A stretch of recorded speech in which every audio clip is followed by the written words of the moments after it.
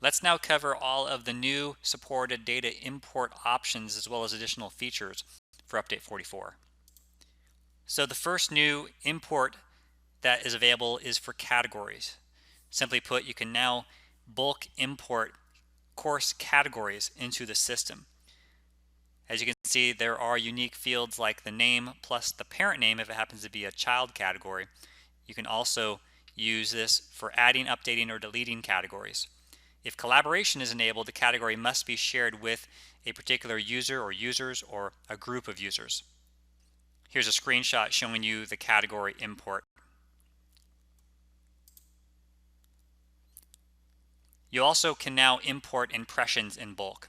This will enable you to migrate from perhaps another performance management system more easily into Saba by simply bulk importing any impressions from that system into Saba.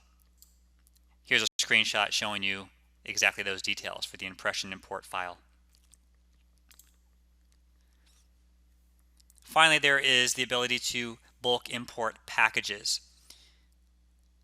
Note that each record can have multiple items and multiple choices for those packages. At least one item and one choice must be provided. The skip feature is supported, and the unique field here is either the name or the number for the package. For bulk content import, this was already previously available, but there have been some enhancements to it. So note that you can now have a course image URL. If an image URL is linked to a valid image, then that will be downloaded and associated to the course. You also can have categories and tags and audience types. There is a can do bulk import privilege that is now available. What this means is that you can have more fine-grained control over who can import data records and exactly which types of imports they can perform. So previously, you really had to only be a system admin to have this function, and it was sort of an all or nothing. You basically were given access to it, and therefore you had access to all the dozens of different import files, or you didn't have access to it. Now what you can do is give non-system admins access to bulk import specific types of imported files. Let me demonstrate how you can make this sort of control.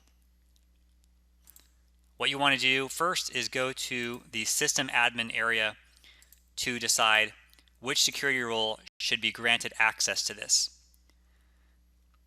So I'm going to go to Manage Security, and I'll just go to the Learning Admin security role. So there is a new component that you'll want to take advantage of here. You can see it's called Bulk Import Ability. This will have every single supported import file type in this list. And so simply put, you just want to check the boxes next to grant access associated to each of the different import types that you want. If you want to validate which current security roles have access to do that import, you can click on Show Rules next to it, and it gives you a list of those security roles. So you just want to check the boxes and then click Save. Now, as a learning admin, I should be able to go over to the learning area as the admin, and I'll have the option to do a bulk import right from there. Here is a screenshot showing the before and after. So as a system admin, you can see that that person had access to all of the different imported types.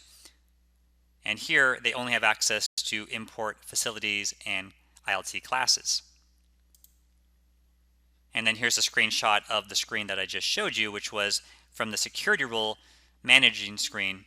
You can decide which specific privileges you want to grant for bulk import. Here's just some other noteworthy enhancements.